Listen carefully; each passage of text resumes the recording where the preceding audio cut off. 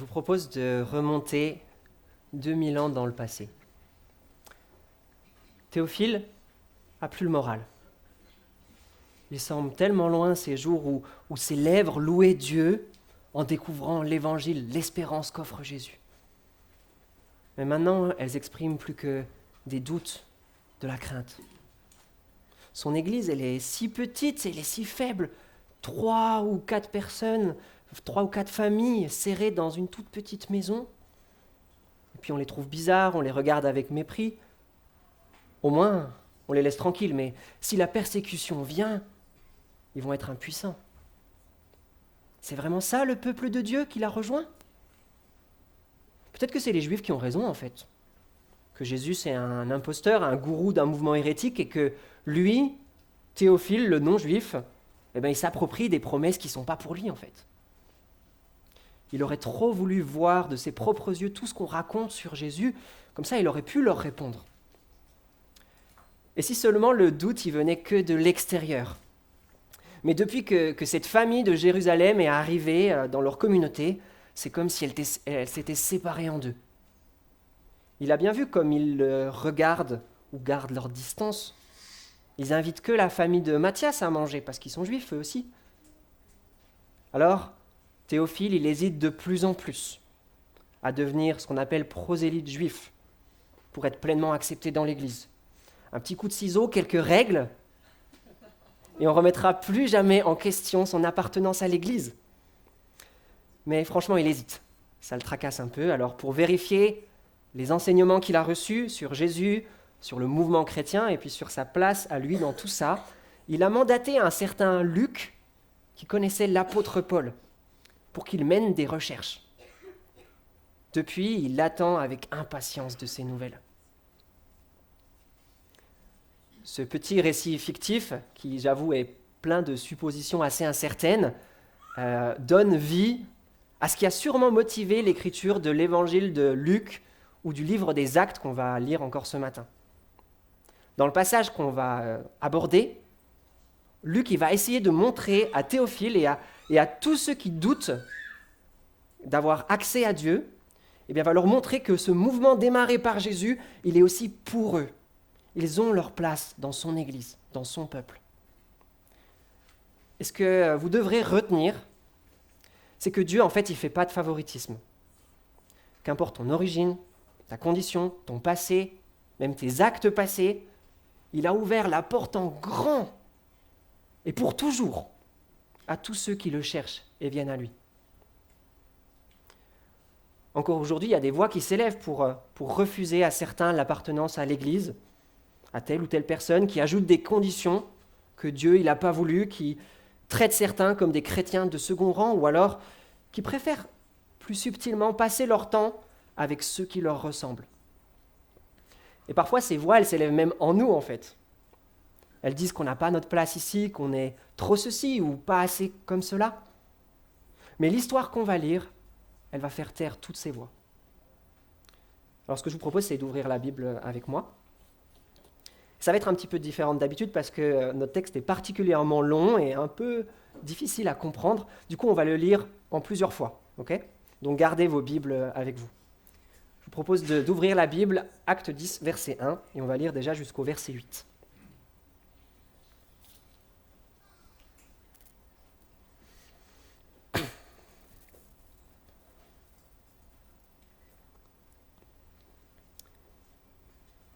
Chapitre 10, verset 1, je lis. Il y avait à Césarée un homme du nom de Corneille, centenier de la cohorte appelée italienne. Il était pieux, et avec toute sa maison, il craignait Dieu. Il faisait beaucoup d'aumônes au peuple et priait Dieu constamment. Vers la 9e heure du jour, il vit clairement dans une vision un ange de Dieu qui entrait chez lui et lui disait « Corneille !» Il fixa les regards sur lui et, saisi de crainte, il lui dit « Qu'y a-t-il, Seigneur ?» Et l'ange lui dit « Tes prières et tes aumônes sont montées en guise de souvenir devant Dieu. Envoie maintenant des hommes à Jaffa et fais venir un certain Simon, surnommé Pierre. Il est logé chez un certain Simon, corroyeur, dont la maison est au bord de la mer. » Dès que l'ange qui lui avait parlé fut parti, Corneille appela 2 de ses serviteurs et un soldat pieux parmi ceux qui lui étaient attachés.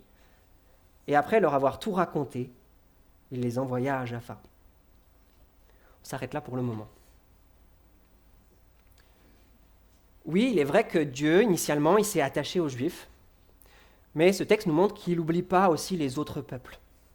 Dieu, il n'est jamais insensible à ceux qui le cherchent sincèrement. Peu importe qui ils sont, à quel point ils ont été loin de lui ou sont indignes de le rencontrer, Dieu désire renouer avec tout le monde. Ça, Dieu, il nous le montre à travers l'exemple d'un homme qui s'appelle Corneille. Et il y a 2 choses que vous devez bien saisir sur lui, qu'on voit dans ce texte. Tout d'abord, Corneille, c'est un homme exemplaire, du genre de ceux à qui on donnerait le bon Dieu sans confession, comme on dit en français. Au verset 2, il est dit qu'il craint Dieu, ça veut dire qu'il le prend au sérieux. Et ça se voit dans sa piété. Il est extrêmement généreux et il prie sans cesse. Ce gars, il cherche Dieu de toutes ses forces. Ce qu'il faut bien comprendre, c'est que cette description, elle correspond exactement à ce que Dieu dit qu'il attend de son peuple depuis toujours. Mais la deuxième chose à comprendre, c'est que, bien qu'il ferait honte à la plupart des Juifs, Corneille est pourtant séparé de Dieu et séparé de son peuple juste par sa condition. Corneille, c'est un Romain, mais en fait, c'est aux Juifs que Dieu s'est attaché et chez qui il a installé sa maison, le temple. Et on ne rentrait pas chez Dieu comme ça, parce que le Dieu saint, il ne supporte pas l'impureté ou le mal. Du coup, il avait donné aux Juifs des rites de purification rituelle, des lois, afin qu'ils puissent vivre en sa présence. Du coup, il n'y avait qu'eux qui pouvaient entrer chez Dieu. Mais Corneille, lui, il devait rester à la porte. Mais en plus de ça, je ne sais pas si vous avez remarqué, mais Corneille, il est aussi séparé du peuple de Dieu. Déjà parce que c'est un centurion, un chef militaire de l'envahisseur à l'époque. Mais plus fondamentalement encore, tout simplement parce qu'il n'est pas juif. Il ne suit pas les règles de pureté, il est impur. Et à cette époque-là, et depuis toujours, l'impureté, elle a cette tendance à être contagieuse. Le mal est contagieux. Corneille, il rend impur tous ceux qu'il touche, tous ceux qu'il côtoie, et encore pire, tous ceux qui rentreraient chez lui. Du coup, la relation, elle va être compliquée avec les Juifs. Au maximum, les Juifs le traitent à distance, comme un pestiféré. En fait, la loi de Dieu, elle a naturellement érigé une sorte de mur entre les Juifs et les non-Juifs, un mur qui, certes, protège son peuple des mœurs mauvaises des autres nations, mais en même temps garde ces autres nations à distance. Alors la seule solution pour Corneille, en fait, c'est de devenir juif. Être circoncis, prendre toute la loi et les rites de pureté. Mais comment un centurion pourrait faire ça sans perdre son poste ? À l'époque, la religion et l'armée, c'est étroitement lié. Alors Corneille, qu'est-ce qu'il fait ? Il continue d'être ce qu'on appelle un craignant Dieu, c'est-à-dire quelqu'un qui adore le Dieu d'Israël, mais qui le fait à distance, derrière la porte. Et face à ça, face à ces 2 choses qu'on voit sur lui, l'auteur il veut qu'on ait de la compassion pour cet homme. Qu'on se dise, mais pourquoi Dieu lui ferme ses portes ? Il est meilleur que tous les Juifs. Est-ce qu'il n'y a qu'eux qui peuvent être membres de son peuple ? Et nous alors ? Dieu, est-ce qu'il va nous rejeter pour des raisons sociales, des raisons raciales ? Est-ce qu'il aime la discrimination ? Et le texte nous répond que Dieu n'est pas comme ça. Il a été sensible à la condition de Corneille. Le texte dit que sa générosité, ses prières sont montées à Dieu, dit l'ange, comme l'odeur, le parfum d'un sacrifice qui lui plaît, et Dieu s'est penché sur lui pour agir en sa faveur. Dieu écoute vraiment les prières de ceux qui le cherchent. Et en plus de ça, il lui envoie même un ange dans une vision, un ange qui rentre chez lui, sans se préoccuper de son impureté rituelle, et qui lui parle personnellement. Le privilège est vraiment grand, et surtout, la surprise est grande. Tout ça, Dieu, d'habitude, il le réserve à son peuple. Mais ça ne s'arrête pas là. Dieu, il s'intéresse à cet homme, mais il désire aussi casser le mur de la loi qui séparait les Juifs et les non-Juifs. Parce que sa bénédiction, c'est de lui envoyer un certain Simon-Pierre. À ce stade, on ne sait pas trop pourquoi il lui envoie cet homme, mais ce Simon-Pierre, on le connaît bien. D'ailleurs, si le texte nous rappelle qu'il a deux noms, Simon et Pierre, c'est pour nous rappeler que Jésus l'avait renommé Pierre parce qu'il a fait de lui la pierre fondamentale sur laquelle il a construit son Église. Il lui avait même donné les clés de l'Église pour qu'il ouvre officiellement la porte à chaque fois que Dieu veut faire entrer des nouvelles personnes. En Acte 2, à la Pentecôte, Pierre avait ouvert la porte aux Juifs. Vous avez crucifié Christ, mais vous pouvez quand même rentrer dans son peuple. En Acte 8, il l'a ouvert aux Samaritains. Et maintenant, Dieu il envoie le même homme, celui qui a les clés de ce royaume, vers des non-juifs. On a le droit de se demander, mais est-ce que Dieu il n'a pas le projet d'ouvrir les portes plus largement encore? Alors ça, la suite le dira. Mais à ce stade, ce que vous devez remarquer, c'est surtout que cette rencontre qui est arrangée par Dieu, elle semble assez improbable. Comment Simon le juif peut-il entrer chez Corneille? Il va se rendre impur, et puis c'est totalement interdit par la tradition. Alors qu'est-ce qu'il va faire? Je vous propose de reprendre à nouveau le texte, et on va lire la suite. Versets 9 à 33. Verset 9. Le lendemain, comme les envoyés étaient en route et qu'ils approchaient de la ville, Pierre monta sur la terrasse vers la 6e heure pour prier. Il eut faim et voulut prendre de la nourriture. Pendant qu'on lui préparait son repas, il eut une extase. Il vit le ciel ouvert et un objet semblable à une grande nappe, attaché par les 4 coins, descendait et s'abaissait vers la terre. Il s'y trouvait tous les quadrupèdes et les reptiles de la terre et les oiseaux du ciel.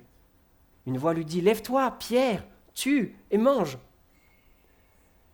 Mais Pierre dit « Non, Seigneur, car je n'ai jamais rien mangé de souillé ni d'impur. » Et pour la seconde fois, la voix se fit entendre à lui. « Ce que Dieu a déclaré pur, ne le regarde pas comme souillé. » Cela arriva jusqu'à 3 fois. Et aussitôt après, l'objet fut enlevé dans le ciel. Tandis que Pierre était perplexe sur le sens de la vision, et peut-être nous aussi, voici que les hommes qui avaient été envoyés par Corneille et s'étaient informés de la maison de Simon se présentèrent à l'entrée. Ils appelèrent et demandèrent si c'était là que logeait Simon, surnommé Pierre. Et comme Pierre réfléchissait sur la vision, l'Esprit lui dit « Voici 3 hommes qui te cherchent. Lève-toi, descends et pars avec eux sans hésiter, car c'est moi qui les ai envoyés. » Pierre descendit donc et dit aux hommes « Me voici, c'est moi que vous cherchez. Quel est le motif pour lequel vous êtes ici ?» Ils répondirent « Le centenier Corneille, homme juste et craignant Dieu, et de qui toutes les nations juives rendent un bon témoignage, a été averti par un saint ange de te faire venir dans sa maison et d'entendre tes paroles. » Alors Pierre les fit entrer et les logea, et le lendemain il se leva et partit avec eux. Quelques-uns des frères de Jaffa l'accompagnèrent. Il arriva le jour suivant, à Césarée. Corneille les attendait et avait appelé chez lui ses parents et ses amis intimes.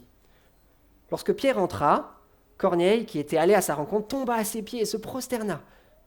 Mais Pierre le releva et dit « Lève-toi, moi aussi je suis un homme. » Et tout en conversant avec lui, il entra et trouva beaucoup de personnes réunies. Il leur dit « Vous savez qu'il est interdit à un juif de se lier avec un étranger, ou d'entrer chez lui. Mais Dieu m'a montré qu'il ne fallait dire d'aucun homme qu'il est souillé ou impur. C'est pourquoi, quand vous m'avez envoyé chercher, je suis venu sans faire d'objection. Je vous demande donc, pour quelle raison vous m'avez fait venir ?» Corneille dit, « Il y a maintenant 4 jours, je priais dans ma maison à la 9e heure, et voici qu'un homme en vêtements éclatants se présenta devant moi et dit, « Corneille, ta prière a été exaucée, et Dieu s'est souvenu de tes aumônes. Envoie donc appeler à Jaffa Simon surnommé Pierre. Il est logé dans la maison de Simon, corroyeur au bord de la mer. Aussitôt, je t'ai envoyé chercher, et toi, tu as bien fait de venir. Maintenant donc, nous sommes tous ici devant Dieu pour entendre tout ce qui t'a été ordonné par le Seigneur. » Et je m'arrête là à nouveau. Ce second texte, il nous montre comment Dieu a lui-même mis fin aux règles de pureté qui fermaient la porte de son royaume aux non-juifs. Fermées depuis si longtemps, ces portes, elles ne se sont pas ouvertes sans grincement, sans réticence, mais personne n'arrête Dieu. Alors il les a quand même ouvertes. Le récit, il continue là, et Corneille, il envoie chercher Pierre, comme Dieu lui a demandé, et ce qu'on redoutait un petit peu jusque-là, il se confirme. Pierre, il est méga à cheval sur les règles de pureté. Est-ce qu'il va vraiment venir ? Heureusement, il y a Dieu qui est aux commandes. Avant même que les envoyés arrivent, il est en train de travailler le cœur et d'adoucir Pierre. Qu'est-ce qu'il fait? Il attend qu'il ait faim et lui envoie en vision un repas divin qui descend du ciel. Il dresse lui-même la nappe, un banquet qui s'étend aux quatre coins de la terre et lui propose toutes les viandes imaginables. Il n'a plus qu'à tuer et à manger. Mais comme vous l'avez vu, Pierre, il a un problème. Seigneur, il y a des animaux impurs, des reptiles. Ah, tu nous l'as interdit. Jamais je mangerai ça. La pureté rituelle compte tellement pour lui qu'il est capable de dire à Dieu non droit dans les yeux. Alors peut-être qu'il s'imaginait que c'était un test pour mettre à l'épreuve son obéissance, mais en fait non, Dieu il insiste, prends-en. C'est pas un test, c'est pas non plus incohérent. C'est vrai que normalement quand l'impur touche le pur, c'est le pur qui est souillé, mais pas avec Dieu. Une parole lui suffit pour inverser la tendance et pour purifier. Pierre, il ne doit donc pas limiter Dieu avec ses propres conceptions de la pureté.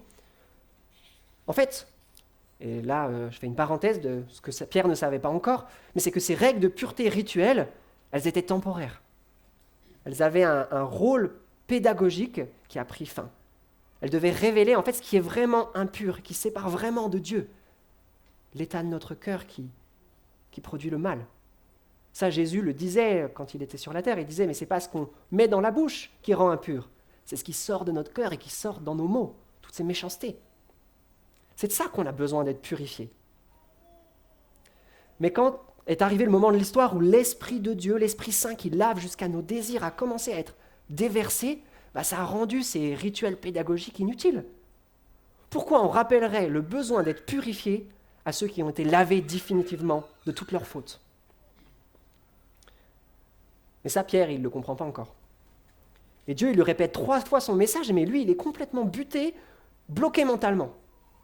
3 répétitions, si ça sous-entend, ça suppose 3 refus. Non, Dieu, non, Dieu, non, Dieu. Comment tu pourrais abolir des règles que mon peuple respecte depuis 1500 ans? Franchement, nos craintes sont fondées. C'est sûr que s'il est comme ça, Pierre, il ne va jamais vouloir aller chez Corneille. Pourtant, la vision a quand même eu son effet. Même si elle le rend perplexe, Dieu l'a utilisé pour épuiser ses batteries de défiance, pour le préparer à en fait ce qui est sa véritable demande et qui arrive juste après. Dieu continue son œuvre et il fait arriver les envoyés de Corneille pile au moment où la vision se termine. Cette coïncidence, elle montre qu'il y a un lien à faire. Pierre, il descend vers ces impurs avec cette phrase qui tourne encore dans sa tête, « Ce que Dieu a déclaré pur, ne le traite pas comme souillé. » Et il les rencontre. La nourriture, ce n'est pas l'objectif, c'est les personnes. C'est ça qui compte vraiment pour Dieu dans ce texte. C'est ça la vraie demande à laquelle il doit obéir sans hésiter cette fois-ci, verset 20. Et ça, Pierre, il semblerait qu'il l'ait compris. Il dira plus loin, « Dieu m'a montré qu'il ne fallait dire d'aucun homme qu'il est souillé ou impur. » Il applique la phrase de la vision à ces personnes. D'ailleurs, petite parenthèse, ce n'était pas sans lien. La raison pour laquelle les non-juifs étaient considérés comme impurs, principalement, c'est justement parce qu'ils mangeaient ces nourritures souillées. Purifiés le premier, et les seconds ne sont plus souillés. En gros, voilà ce que Dieu a progressivement fait comprendre à Pierre, c'est que personne ne doit plus jamais être considéré pur ou impur selon des choses comme son origine ou sa condition sociale. Il n'y a que le péché, en fait, qui cause ça. Et au fur et à mesure, on voit Pierre saisir progressivement les conséquences de ce changement. Si Dieu il ôte la loi et les règles de pureté, alors le mur qui sépare les juifs et les non-juifs, il disparaît. Et la relation redevient possible. Verset 23, il les fit entrer et les logea. Puis il est parti avec eux. Verset 25, il entra chez Corneille. Et au verset 26, il le touche pour le relever, parle avec lui et entre dans une pièce qui est pleine à craquer de non-juifs. Quel progrès de la part de Pierre! Ça, parce que Dieu il a ôté ce verrou qui tenait les Juifs dehors.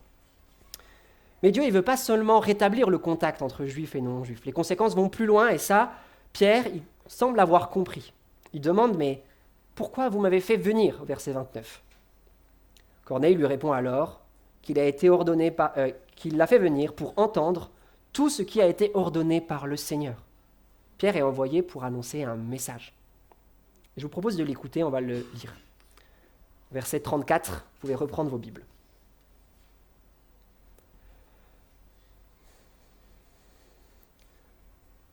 Alors Pierre ouvrit la bouche et dit : « En vérité, je le comprends. Pour Dieu, il n'y a pas de considération de personne. Mais en toute nation, celui qui le craint et qui pratique la justice lui est agréable. » Il a envoyé la parole aux fils d'Israël en leur annonçant la bonne nouvelle de la paix par Jésus-Christ. C'est lui le Seigneur de tous. Vous savez ce qui est arrivé dans toute la Judée après avoir commencé en Galilée à la suite du baptême que Jean a prêché. Comment Dieu a oint d'Esprit Saint et de puissance Jésus de Nazareth. Il allait de lieu en lieu et faisait le bien et guérissait tous ceux qui étaient sous l'oppression du diable, car Dieu était avec lui. Nous sommes témoins de tout ce qu'il a fait dans le pays des Juifs et à Jérusalem. Ils l'ont fait mourir en le pendant au bois. Dieu l'a ressuscité le 3e jour et lui a donné de se manifester, non à tout le peuple, mais aux témoins choisis d'avance par Dieu, à nous qui avons mangé et bu avec lui après sa résurrection d'entre les morts. Et Jésus nous a commandé de prêcher au peuple et d'attester qu'il a été lui-même désigné par Dieu comme juge des vivants et des morts. Tous les prophètes rendent de lui le témoignage que quiconque croit en lui reçoit par son nom le pardon des péchés. Comme Pierre prononçait ces mots, le Saint-Esprit descendit sur tous ceux qui écoutaient la parole. Tous les croyants circoncis qui étaient venus avec Pierre étaient étonnés de ce que le don du Saint-Esprit soit aussi répandu sur les païens, car ils les entendaient parler en langue et exalter Dieu.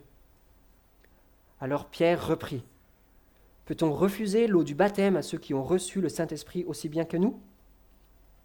Il ordonna de les baptiser au nom de Jésus-Christ. Ils lui demandèrent alors de rester là quelques jours. On s'arrête là. Cette troisième partie nous montre que Dieu, après avoir ôté tous les verrous qui gardaient les non-juifs dehors, Dieu, il ouvre maintenant ses portes en grand à tous ceux qui le cherchent par la foi en Jésus. Il n'y a aucune discrimination à l'entrée et tous ceux qui entrent reçoivent un salut complet. Voilà ce que nous montre ce texte. Et c'est ça le dernier déclic de Pierre. Comme il le dit lui-même au verset 34-35 qu'on a lu, « Pour Dieu, il n'y a pas de considération personne, mais en toute nation, celui qui le craint et qui pratique la justice lui est agréable. » En effet, s'il n'y a plus besoin d'être juif, s'il n'y a plus besoin de respecter les rites de purification pour accéder à Dieu, quels critères comptent vraiment alors pour s'approcher de lui ? Eh bien, simplement la foi. Cette attitude d'un cœur qui cherche Dieu sincèrement, avec crainte, et qui désire l'écouter. Voilà comment on est acceptable devant Dieu. Et ça, c'est exactement ce que est Corneille. Il incarne cette définition de la foi. Il craint Dieu et il est juste tellement impatient d'entendre ce qu'il a à lui dire. Et tout ça, Pierre, il le voit, et plus loin, dans un texte qu'on ne va pas lire, il dira « Dieu n'a fait aucune différence entre eux et nous, parce qu'il les a puisqu'il a purifié leur cœur par la foi. » La foi, c'est ça l'unique critère pour être purifié et être agréable à Dieu. Et ça, c'est un critère, la foi, qui est non discriminant. Il est accessible à tous, même les plus simples, les plus faibles, les plus répugnants des hommes peuvent espérer en Dieu et le chercher avec crainte. Et à ceux qui le cherchent avec foi, Dieu il ouvre ses portes en grand. Pas de discrimination à l'entrée, comme je l'ai dit, pas de discrimination aussi dans le traitement de ceux qui sont entrés. On va voir que Corneille et ses amis, dans ce texte, ils reçoivent la même bonne nouvelle, les mêmes bénédictions et le même statut que les Juifs. Premièrement, ils reçoivent la même bonne nouvelle, et donc avec ça, le même Seigneur, juge et sauveur. Pierre, il a deviné que ces paroles qu'il devait transmettre, c'est le message que Jésus l'avait envoyé annoncer jusqu'au bout du monde, qui s'appelle l'Évangile. La bonne nouvelle de la paix, dit le texte. Ce message, c'est le même qu'il a transmis aux Juifs dans les chapitres précédents, et en fait, il le répète presque à l'identique. Et c'est quoi ce message ? Eh bien, Pierre en donne un résumé super succinct. Il concerne des événements dont Dieu est l'auteur, qui sont centrés autour d'un certain Jésus qui était rempli de la puissance de l'Esprit Saint. Et à partir de lui, à partir de ce Jésus, un déferlement de vie et de bienfaits s'est répandu sur les Juifs. Et même quand ils l'ont mis à mort, Jésus, il en est ressuscité. L'Esprit de vie l'a ressuscité. Et ces événements, ils rappellent, ils montrent l'importance de ce Jésus pour nous. Par eux, par tous ces événements, Dieu l'a désigné, comme dit le texte, Seigneur de tous, verset 36, le juge des vivants et des morts, verset 42, mais aussi le sauveur du monde, nous montre le texte. Parce qu'à la croix, quand il est mort sur la croix, il a payé les fautes de tous ceux qui croiraient en lui. Il les a réconciliés avec Dieu et entre eux. Du coup, si Jésus est bien ressuscité, il est le Seigneur avec un grand S, et il est soit votre juge, soit votre sauveur. C'est ça, cette bonne nouvelle de la paix que Pierre il doit annoncer, et qu'il leur annonce. Et ces événements, s'ils sont vrais, en fait, ils sont d'une importance vitale. C'est une question de vie ou de mort, même pour nous. Et Pierre, du coup, il redouble d'efforts pour nous assurer que c'est bien vrai. Alors, on ne va pas le faire maintenant, mais je vous mets au défi dans les groupes de maison cette semaine, d'essayer de lister tous les témoins que Pierre il appelle à la barre pour dire c'est vrai. Il y en a vraiment plein. Cette nouvelle, elle est vraie. Et si elle est vraie, elle nous concerne tous. En fait, ce texte, cet évangile, il le répète comme il l'avait dit avant, mais il y a quand même une nouveauté dans le texte. Pierre, il donne une portée universelle à l'évangile. C'est vrai que tout s'est d'abord passé chez les Juifs, et ça leur était adressé en premier, et ça il le rappelle, mais Pierre, il comprend maintenant que le Seigneur de tous, juge de tous, est aussi le sauveur de tous. Et au verset 43, conclusion, c'est « Quiconque croit en lui reçoit le pardon en son nom. » La bonne nouvelle de la paix, elle est pour tous. Donc ils reçoivent le même évangile, mais ils reçoivent aussi le même esprit que les Juifs, et donc en recevant le même esprit, ils reçoivent les mêmes bénédictions. Dieu, il avait promis de répandre son esprit sur son peuple, afin de les purifier, de les laver et de leur donner une vie pleine, riche, entière, qui durerait toujours. C'est une promesse faite depuis longtemps. Et Dieu, il a tenu sa promesse il n'y a pas longtemps. Jésus, qui était rempli de cet esprit, est ressuscité, il est monté au ciel, et il a répandu cet esprit de vie, son esprit, sur tous les Juifs croyants. Ça, c'était à la Pentecôte, quelques chapitres plus tôt. Eh bien, ce même esprit par lequel Jésus l'a guéri, qu'il a repoussé Satan et qui a ressuscité Jésus, il habite maintenant dans les Juifs. À la fois le pardon, la vie nouvelle, la résurrection, toutes ces bénédictions-là, qui sont promises par Dieu, qui ont été acquises par Jésus, l'Esprit leur applique. Et ce même Esprit qui est descendu sur les Juifs, il descend maintenant sur les non-Juifs et applique toutes les bénédictions qui vont avec. Ils ne reçoivent pas un lot de consolation, mais la même chose. Ça, Dieu, il le montre bien dans ces événements par deux choses. Tout d'abord, il coupe Pierre en plein discours. Il fait tomber l'esprit pile au moment où il est en train de dire « Quiconque croit, ses péchés sont pardonnés ». En fait, c'est comme une illustration qui dit « Mais ce dont parle Pierre, là, je le applique ». Dieu dit ça par la descente de l'esprit. Puis la deuxième chose, c'est que Dieu, il leur donne l'esprit exprès de la même façon qu'il avait été donné à la Pentecôte quelques chapitres plus tôt aux Juifs. Il loue Dieu, il parle dans des langues inconnues. Dieu, il veut qu'on voit la ressemblance entre les deux événements. Et qu'on dise, nous aussi, comme ils ont dit dans le texte, le don de l'esprit qu'attendaient les Juifs est aussi répandu sur les païens. Dieu, il a été clair du coup. Il offre le même esprit et donc les mêmes bénédictions et le même salut à tous ceux qui croient. Puis, troisième point, ils reçoivent le même évangile, le même esprit, ils reçoivent aussi le même baptême et donc le même statut dans le peuple de Dieu. Le baptême d'eau, qu'est-ce que c'est ? C'est un bain extérieur qui a un signe qui pointe vers le vrai bain dont on a besoin. Le baptême de l'esprit qui lave jusque nos fautes. Ce bain extérieur parle de ce bain intérieur. Alors comment Pierre pourrait-il leur refuser le signe, le bain extérieur, alors qu'ils ont déjà reçu ce qu'il signifie, ce bain intérieur de l'esprit ? Il ne peut pas. Alors il les baptise, comme les Juifs avant eux. Et en faisant ça, ce qu'il faut comprendre, c'est qu'il les intègre officiellement dans le peuple visible de Dieu. Parce que c'est ça aussi le rôle du baptême. C'est un rite initial qui ajoute à la communauté de l'Église. Pierre, ici, en fait, ce qu'il est en train de faire, c'est son rôle d'ouvreur de porte, qui a les clés du royaume. Il arrive, il coupe le ruban qui inaugure officiellement l'entrée des non-juifs dans le royaume de Dieu, dans son peuple, dans l'Église. Ils sont donc des membres à part entière, au même statut que les Juifs, et ils forment ensemble maintenant un seul peuple. Et ça, en fait, on le voit, c'est la conséquence parce qu'ils le mettent en pratique tout de suite. Pierre, là c'est la dernière phrase, Pierre et les Juifs restent plusieurs jours chez ces non-Juifs, ils vivent avec eux, ils parlent avec eux, et on peut supposer qu'ils ont aussi mangé avec eux leur nourriture impure. Il n'y a plus de distance, il n'y a plus de mépris, mais une communion aimante, profonde. C'est ça le miracle que Dieu y fait dans l'Église, et c'est ça qu'il veut faire aussi parmi nous. Alors je vous propose maintenant de lire la dernière partie, notre texte est long, et vous verrez, je vous préviens d'avance, ça va re-raconter ce que Pierre a vécu. Ça se répète à fond. Et moi, quand je lis ce genre de passage, franchement, j'ai envie de sauter. Mais en fait, ce qui est intéressant, quand ça se répète, c'est qu'il faut chercher les différences.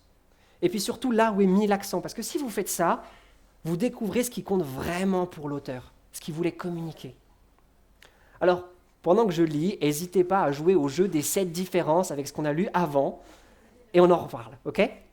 Donc on prend le chapitre 11 au verset 1.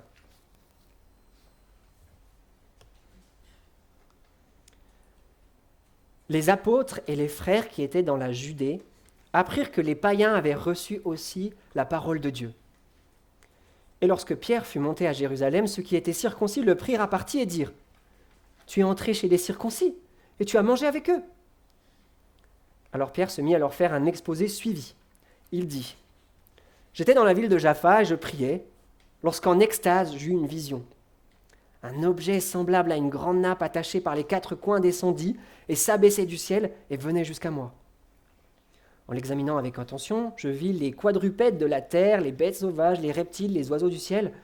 J'entendis aussi une voix qui me disait « Lève-toi, Pierre, tue et mange. » Mais je dis « Ce que Dieu a déclaré non, Seigneur, car jamais rien de souillé ou d'impur n'est entré dans ma bouche. » Et pour la seconde fois du ciel, la voix reprit « Ce que Dieu a déclaré pur ne le regarde pas comme souillé. » Cela se produisit jusqu'à 3 fois, puis tout fut retiré dans le ciel. Et voici, aussitôt 3 hommes envoyés de Césarée vers moi se présentèrent à la maison où nous étions. L'Esprit me dit de partir avec eux sans hésiter. Les 6 frères que voici m'ont accompagné et nous sommes entrés dans la maison de Corneille. Celui-ci nous raconta comme il avait vu dans sa maison l'ange qui se présentait et disait « Envoie chercher à Jaffa Simon, surnommé Pierre, qui te dira des paroles par lesquelles tu seras sauvé, toi et toute ta maison. » Lorsque je me mis à parler, le Saint-Esprit descendit sur eux, comme il l'avait fait au commencement sur nous aussi. Alors je me souvins de cette parole du Seigneur. Jean a baptisé d'eau, mais vous serez baptisés d'Esprit Saint. Or, puisque Dieu leur a fait le même don qu'à nous, qui avons cru au Seigneur Jésus-Christ, qui étais-je moi pour pouvoir m'opposer à Dieu ? Après avoir entendu cela, ils se calmèrent et glorifièrent Dieu en disant « Dieu a donc accordé la repentance aussi aux païens, afin qu'ils aient la vie. » On a vu que Dieu il a ouvert sa porte en grand à Corneille, et cette partie, en fait, elle nous montre que cette porte, elle va rester toujours ouverte. Personne n'a le droit de la refermer ou même le pouvoir de le faire. Alors tous ceux qui la passent, à partir de maintenant, même les plus inattendus ou difficiles à recevoir, ils doivent être accueillis avec joie. Voilà ce que montre ce dernier texte. Dieu, il a persuadé Pierre dans les textes d'avant, mais les chrétiens juifs de Jérusalem, eux, n'ont pas été persuadés. Est-ce que Dieu va devoir recommencer avec eux tout ce qu'il a fait jusque-là ? Ce serait sans fin. Non, ce qu'il fait, c'est qu'il utilise Pierre comme témoin afin que l'affaire Corneille, elle soit classée une fois pour toutes. Et si vous avez joué au jeu des 7 différences pendant la lecture, vous en aurez conclu quand même qu'il joue assez bien son rôle de témoin parce que c'est plutôt fidèle, ça ressemble pas mal. Mais il y a quand même 2 voire 3 différences qu'il faut bien repérer et qui sont, il me semble, importantes. Est-ce que vous les avez trouvées ? On va voir. Alors, première différence, peut-être la moins importante, c'est simplement que le récit est raconté à la première personne, selon le point de vue de Pierre. Et tous les autres personnages, ils semblent un peu comme gommés. On découvre comment il a vécu le truc, et en fait, on a accès aussi à ses réflexions intérieures qu'on n'avait pas avant. Et ça, on découvre qu'en fait, il y avait bien un message à comprendre derrière tous ces événements. Et que Pierre, il a capté tous les liens qu'il fallait faire. Il a capté que la nourriture purifiée et les non-juifs ont été purifiés de la même façon. Il a compris qu'il y avait une similitude avec la Pentecôte. Il s'est rappelé ce que Jean-Baptiste avait dit sur le lien entre le baptême d'eau et le baptême d'esprit, et il l'a appliqué. De tout ça, il tire des conclusions et il nous les partage. Et ça, c'est ajouté. On voit ces réflexions parce qu'il veut nous faire revivre en fait ce cheminement. Nous aussi, on doit vivre la même chose que Pierre pour bien comprendre ce qu'il a compris. Dieu, il s'adresse à nous aussi par ces événements. Ça, c'est le premier truc, peut-être le moins important, mais il y en a deux autres que je veux que vous remarquiez. Le deuxième, et qui est plus important, c'est une question cette fois-ci plutôt d'emphase. Tous les actes humains sont comme compressés au maximum. L'arrivée de Pierre chez Corneille, le discours. Et à l'inverse, tout ce que Dieu y fait, c'est rester intact. Et ça transforme ce récit en une sorte de série d'actes divins qui s'enchaînent et qui ne laissent pas du tout la place à Pierre pour respirer. Dieu, il est totalement aux commandes dans ce récit, et Pierre, lui, il fait que obéir sans initiative. D'ailleurs, vous l'avez remarqué, il n'arrête pas de se faire couper, Pierre. Il ne peut pas en placer une. En fait, c'est ça le cœur de l'argument de Pierre. Dieu a lui-même ouvert la porte aux non-juifs, pas moi. Et si c'est le cas, alors sa conclusion arrive au verset 17. Qui étais-je, moi, pour m'opposer à Dieu ? En fait, ce texte nous montre que c'est Dieu qui décide qui fait partie de son peuple et à quelles conditions, pas nous. S'il ouvre à quelqu'un, comme ces Juifs, personne n'a le droit de fermer. Cette question, il l'adresse aux responsables de Jérusalem. Qui êtes-vous pour vous opposer à moi ? Et il l'adresse aussi à nous. On n'est pas du genre, c'est vrai, à empêcher à des gens d'entrer dans l'église, je n'ai jamais vu ça, mais c'est facile pour nous, chaque dimanche, d'ignorer certains et de côtoyer ceux qui nous ressemblent, de ne pas accueillir ceux qui sont un peu étranges. Mais qui en est, nous, pour faire le tri entre ceux que Dieu nous donne comme frères et sœurs ? Au contraire, il faut qu'on prenne exemple sur ces responsables de Jérusalem et accueillir avec joie tous ceux qui passent la porte et chanter des chants de louange quand ils arrivent, même s'ils sont étranges ou si c'est des personnalités difficiles à côtoyer. Car tous ceux qui osent mettre de côté un chrétien ou ajouter des conditions supplémentaires en plus de la foi, ils se prennent cette question en pleine face. Qui t'es, toi, pour t'opposer à Dieu ? Cette question, elle résonne encore aujourd'hui, parce que ces événements, ils posent un fondement historique qui sert un peu de précédent pour toutes les affaires après celle-là. L'affaire Corneille, on peut dire qu'elle fait jurisprudence pour toujours. Est-ce que d'ailleurs vous avez remarqué le troisième point, la troisième différence la plus importante ? C'est que le nom de Corneille n'est jamais donné dans ce récit. Alors si dans vos Bibles c'est donné, en fait c'est une mauvaise traduction. Au maximum le texte dit « cet homme ». Pierre, il anonymise Corneille volontairement parce que ce que Dieu il a fait en sa faveur, en fait il le réserve pas qu'à lui. Dieu, il veut parler du salut de tous les hommes, de toutes les nations, de tous les temps. Et ça rassure. Ça veut dire que les portes de son royaume, comme pour Corneille, elles ne seront jamais fermées à qui que ce soit. Et la preuve, ça va être les textes suivants, que je ne vais pas vous lire parce qu'on a déjà trop lu.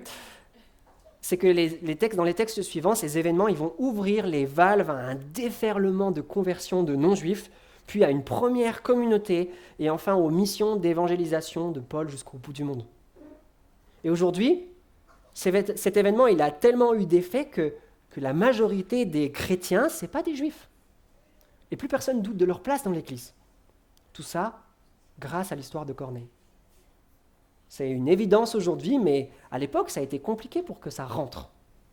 Dans toutes les épîtres, c'est-à-dire les lettres qu'on trouve juste après dans la Bible, vous entendrez parler d'un groupe qui s'appelle les judaïsants. C'est des chrétiens israélites, donc d'origine juive, qui veulent imposer aux non-juifs les rites de l'Ancien Testament. Et en fait, en faisant ça, ils mettent en danger le salut par la foi seul, et ils sont combattus. En fait, même Pierre, le héros de l'histoire, même Pierre, en Galates 2, il est raconté que quelques années plus tard, il aura honte d'être vu en train de manger avec des non-juifs et qu'il se serait séparé d'eux, tout honteux, parce que les judaïsants arrivaient. Comme s'il n'avait pas compris tout ce qu'il venait de vivre. C'était pas gagné. Mais en fait, c'est justement en rappelant cette histoire que ces théories dangereuses-là, elles ont été combattues. On verra ça en Acte 15, un peu plus loin. Il y aura une grande réunion et ils se demanderont, mais est-ce qu'on doit leur réimposer à ces non-juifs les règles de l'Ancien Testament? Et ils diront, non, non, non, non. Rappelez-vous l'histoire de Corneille. Du coup, c'est un fondement historique qui est posé pour toujours, comme une sorte d'encre à laquelle nous, en tant que chrétiens, on peut se rattacher pour ne pas dévier. Alors je m'arrête là et je vais conclure. Du coup, si on résume ce que dit ce texte, c'est que Dieu, il ne fait pas de favoritisme. Qu'importe ton origine, ta condition, ton passé, il t'a ouvert sa porte en grand et pour toujours si tu le cherches sincèrement par la foi en Jésus. Et de même, nous aussi, on doit faire comme Dieu, pas de favoritisme, pas de tri dans nos fréquentations fraternelles. On doit ouvrir nos portes en grand à tout ce que Dieu accueille. Pour finir, j'aimerais lire un autre texte de la Bible qui résume bien cette idée. Et je vais emprunter cette Bible pour le faire. Vous pouvez prendre... Vous n'êtes pas obligé, en fait, je vais vous la lire comme ça. C'est dans Éphésiens 3.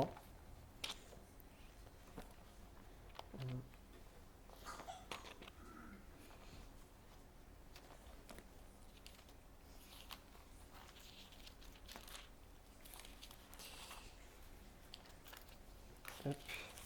Vous avez le temps de le prendre, vu à quel point je galère. Éphésiens 3, versets 11 à 21.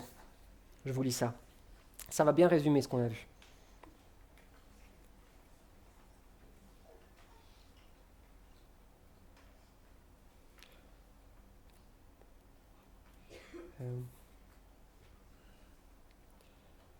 Dieu, dans sa grande diversité, a maintenant porté par l'Église à la connaissance des principats et des autorités dans les lieux célestes, selon le projet éternel qu'il a réalisé en Jésus-Christ notre Seigneur. C'est en lui, par sa foi, que nous avons l'assurance nécessaire pour nous approcher de Dieu avec confiance. Je vous demande donc de ne pas perdre courage à cause des détresses que j'entends. Attendez, c'est pas le bon texte. Je me disais bien que c'était bizarre. Ah, c'est le chapitre 2. Excusez-moi, je vous le lis. Souvenez-vous donc de ceci. Vous qui étiez autrefois les non-juifs dans la chair, qui étiez autrefois incirconcis, traités d'incirconcis par ceux qui se disent circoncis et qui le sont dans la chair et par des mains humaines. Vous étiez en ce temps-là sans Christ, privés du droit de cité en Israël, étrangers aux alliances de la promesse, sans espérance et sans Dieu dans le monde. Mais maintenant, en Jésus-Christ, vous qui étiez autrefois loin, vous êtes devenus proches par le sang de Jésus. Car c'est lui qui est notre paix, lui qui a fait que les deux soient un en détruisant le mur de séparation, l'hostilité. Il a dans sa chair réduit à rien la loi avec ses commandements et leurs prescriptions pour créer en lui avec les deux un seul homme nouveau en faisant la paix. Et pour réconcilier avec Dieu les deux en un seul corps par la croix en tuant par elle l'hostilité. Il est venu annoncer comme une bonne nouvelle la paix à vous qui étiez loin et la paix à ceux qui étaient proches. Par lui, en effet, nous avons les uns et les autres accès auprès du Père dans un même esprit. Ainsi donc, vous n'êtes plus des étrangers ni des exilés, mais vous êtes concitoyens des saints, membres de la maison de Dieu. Vous avez été construits sur les fondations constituées par les apôtres et les prophètes, Jésus-Christ lui-même étant la pierre de l'angle. Et on s'arrête là. Je vous laisserai peut-être lire ce passage, mais c'est vraiment une grande bénédiction pour nous. Je vais prier pour terminer.